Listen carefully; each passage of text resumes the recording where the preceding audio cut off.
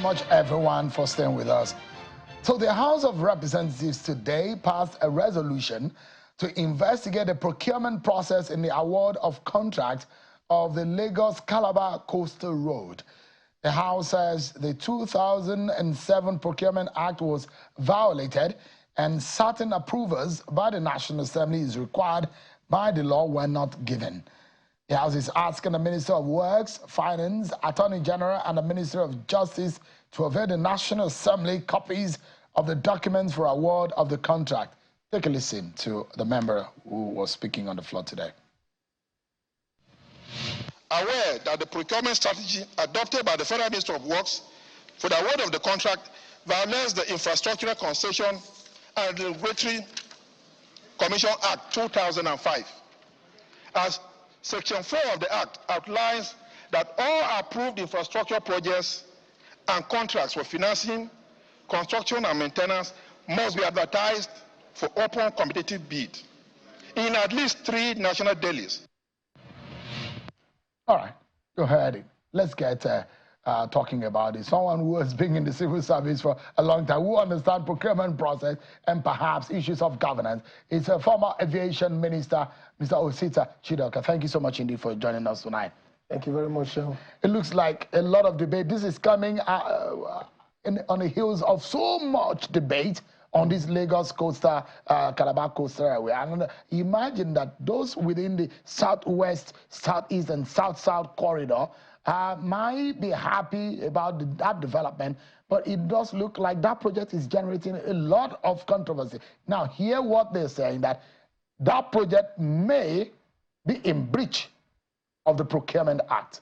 What is your initial reaction to this?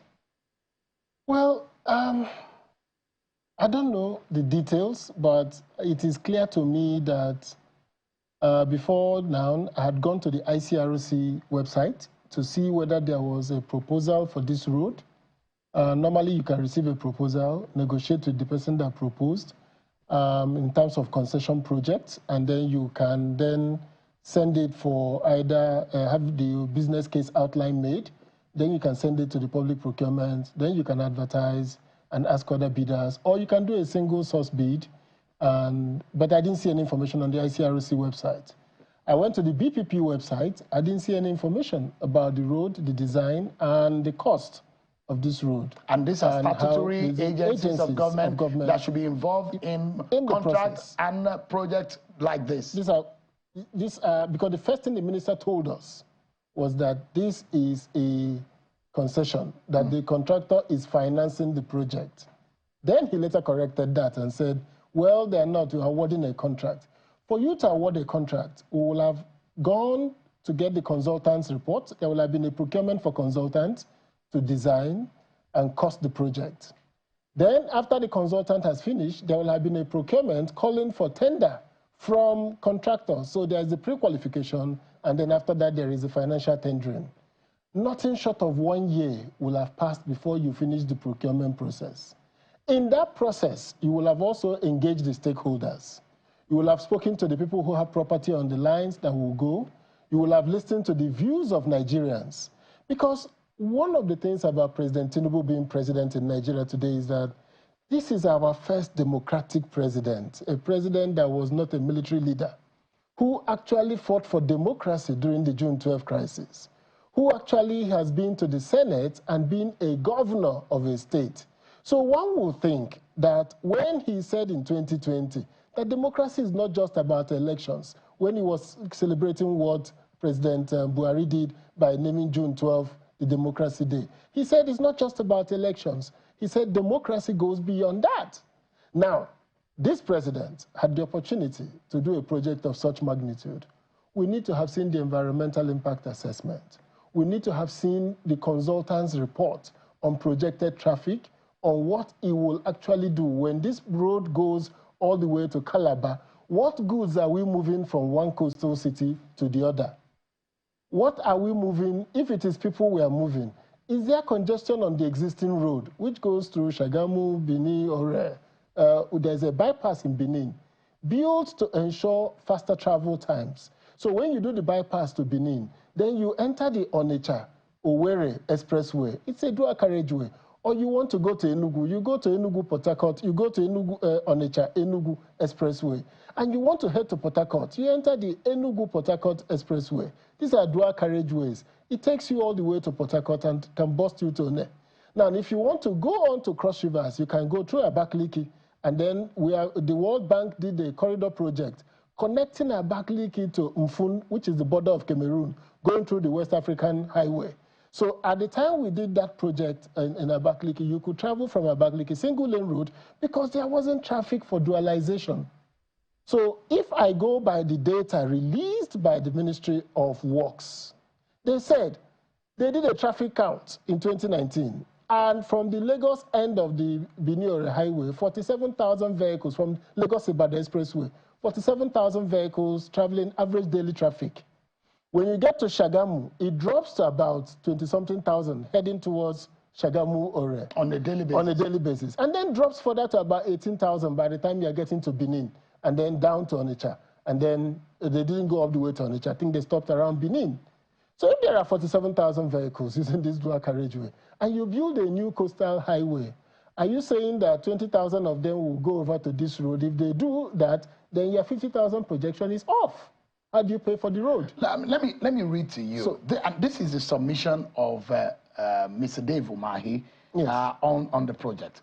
And I'd like Nigerians to please listen to this. This is a message that he sent when an issue came up, which fits into what the conversation is focused on. He said, and these are the words of Mr. Dave Umahi himself.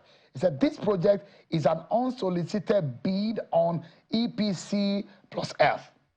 Under this model, investor provides all designs and part of the financing and construction, while federal government of Nigeria pays counterpart fund. The ministry receives such bid, worked on it, and sent to BPP. BPP worked on it according to Procurement Act and came up with a price slightly lower than ministry price and even lower than cost of similar projects awarded five years ago, like a Bodo Bonin project. BPP issued certificate of no objection on the project to the Ministry of Works in line with Procurement Act. Now, it went further to say the Ministry of Works took the certificate of no objection to FEC, and FEC debated it and approved same. He said, recall that FEC had first approved the project model on the EPC plus F before the process of procurement even started. The project followed due process.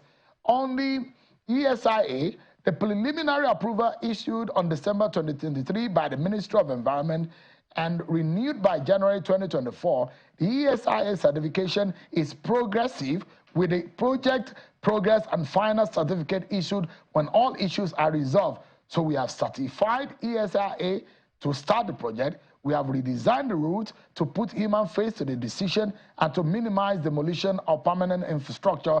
The route targets demolition of major shanties. MTN has never shown up to talk of their cables, as process of ESIA involves constant stakeholders engagement, which many has taken place and are even participated into in Lagos. According to him, he ended by saying, we are doing everything possible to follow the law. That is Senator Dave Umahi, the Minister of Works. Let me allow you to, it seemed like a long message that he sent to me as trying to clarify issues that generated from his engagement in Lagos. So that's, this is very interesting. I like the issues he has raised, but there is absolutely no transparency to that issue. When you receive a single source EPC contract plus F, then automatically it goes into concession. So it goes to ICRC. Now, at the time you are doing the ICRC concession, we need a consultant's report on financial viability of the road.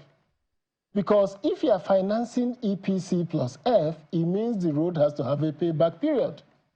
So that payback period we would like to see. And who received this contractor unsolicited bid?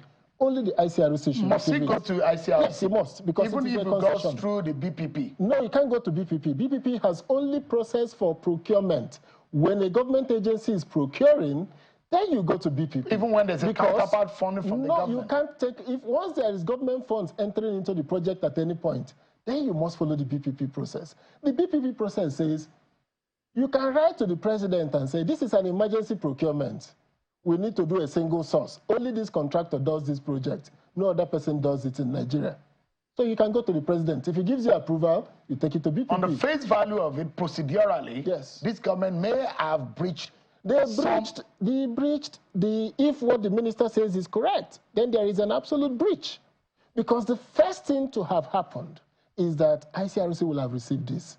The second thing to have happened is that even with the designs done by them and the desire to be able to get the funding, neither the IFC, the World Bank, the European Bank, African Development Bank will fund a project that doesn't go through competitive bidding. Ask any of the financial institutions. Where will HITECH get the money from? Was it advertised? It was never advertised. And what was the advertising process? So if you advertised and there was an international competitive bidding, that's the word. So there is no way you can have a project that is EPC plus F without talking about the process of arriving at the cost. You cannot be the contractor, do the design, do the costing, and send it to BPP. What are you sending to BPP for? They are not the government agency for concessions. Is it part of the reason why some opposition figure are raising eyebrow that this has some political undertone?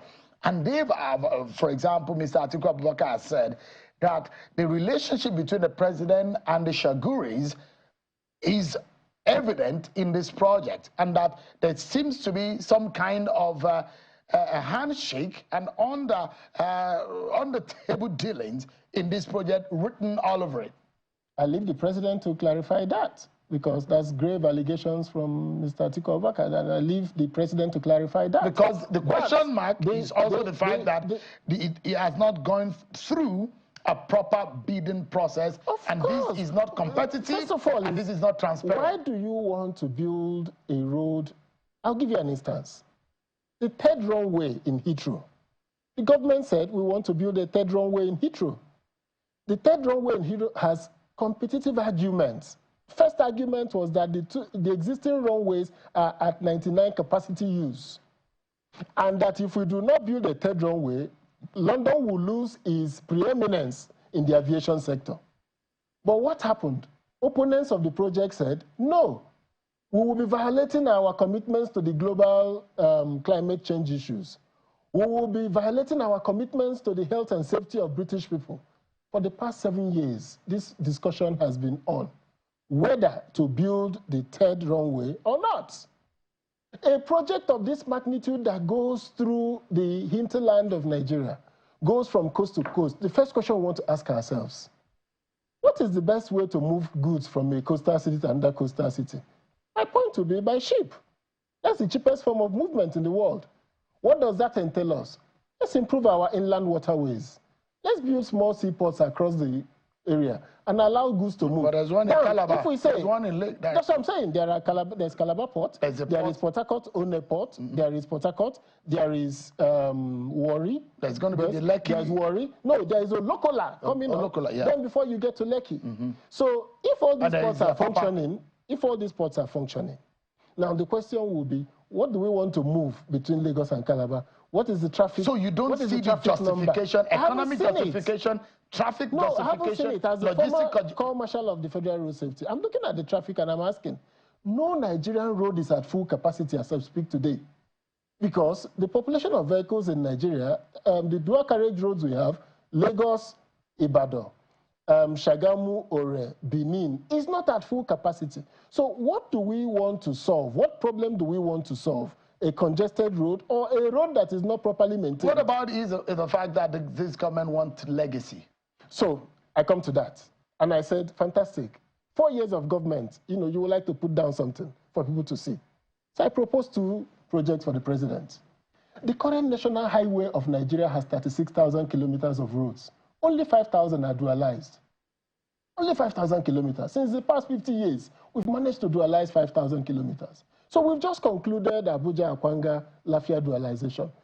Let him redesign the national highway, authorize a new National Highway Act that makes it that from 9th mile all the way to Bakode dualization, the repair and the redesign of our national highways to connect our airports and seaport assets and make it what Eisenhower did for the Americans, which due to the war, he enacted the Highway Act that gave way to the interstate highways. We will never forget President Bola Ahmed Tinubu in Nigeria.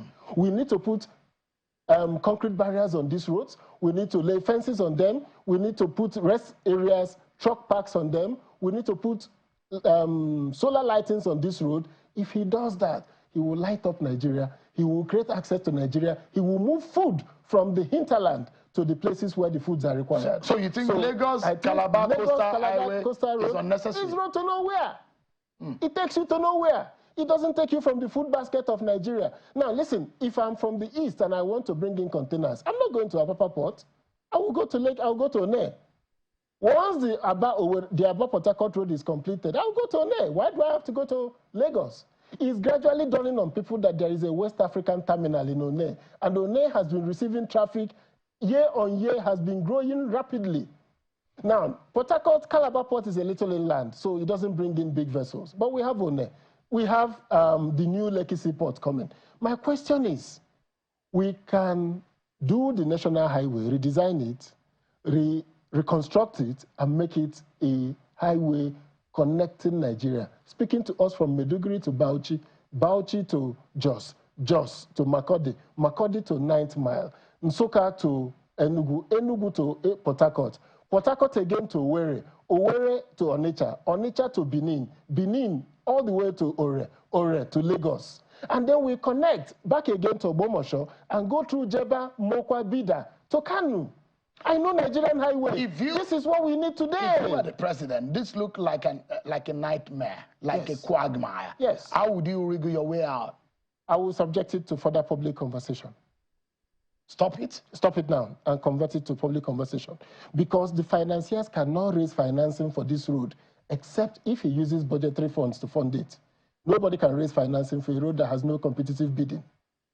So if you look at, you see, the problem is that people are running Nigeria that haven't traveled around Nigeria.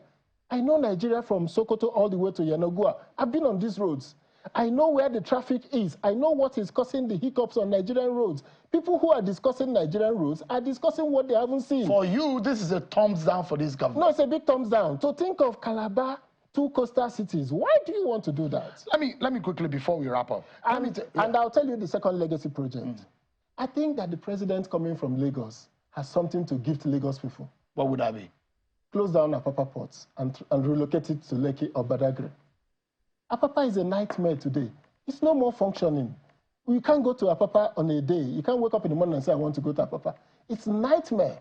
We need to build automated seaports around the Lekki corridor. And he can give high-tech the contract to expand Lekki to Ijebode, to move the traffic straight to Ijebode, out of the city. Take it to Ijebode. True. It is 100 kilometers. Even at the 4 billion per kilometer that we are proposing for the coastal road, we can do 100 kilometers, 400 billion, and go through it there and bust in Ijebode and move the traffic southwards or northwards. Now, second thing, people will say to me, how do you move a seaport? It's happening all over the world. If you go to Singapore today, they are moving their Tanjong Pagar seaport. They're closing it down. The terminal is inside the city. They're closing it down and turning it into 80 hectares of mixed development prime real estate because they are moving their ports now to Pasir Panjang, and from there they're going to Tuas in 2040. By 2040, there will be no more terminals in the city of Singapore. They've moved it all further away from the city. And the reason is simple. These ports were built before these places developed, like Apapa. Chief Awolowo used to live in Apapa. Apapa used to be the home of Nigerian elites. That's why you find a lot of elites. Yes, because Ikoyi was then mainly government people. So now nobody lives in Apapa. Nobody can live there. Let me get your view on this before we... to move it. If the president wants legacy, he should redesign the national highway. Right. He should remove Apapa ports. I'm out of time totally. But in 30 seconds, Mr. Chidoka, if you can tell me, what's your view about these cybersecurity levy? Well, to secure the cyber doesn't require levying Nigerians. That's my answer.